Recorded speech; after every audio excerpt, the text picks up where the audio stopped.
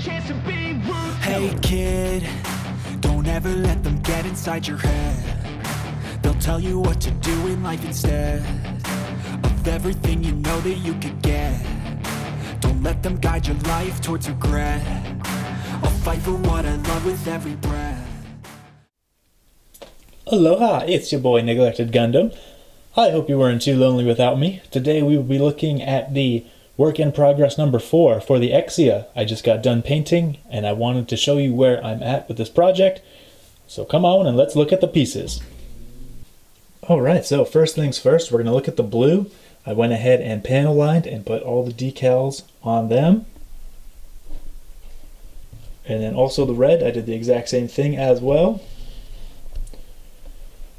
So now all I'm going to do with the red and blue is just go ahead, if there's any scratches on them, I'm going to cover them up with respective red and blue colors, and then I'm going to put a top coat on them and they will be done.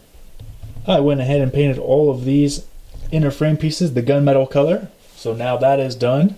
I'm going to have to put a top coat on these.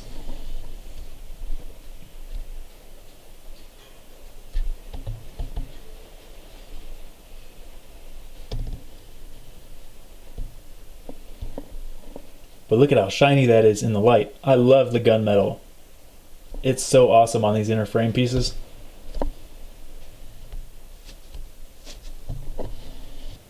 And then one color I was actually pretty nervous about is this chrome. So this comes from All Clad 2. And I was pretty nervous because I've never done chrome before and I've never done lacquer from an airbrush before. I went ahead and read the instructions in the back and it said that all I have to do is just shake the bottle. I didn't even have to add a thinner to it.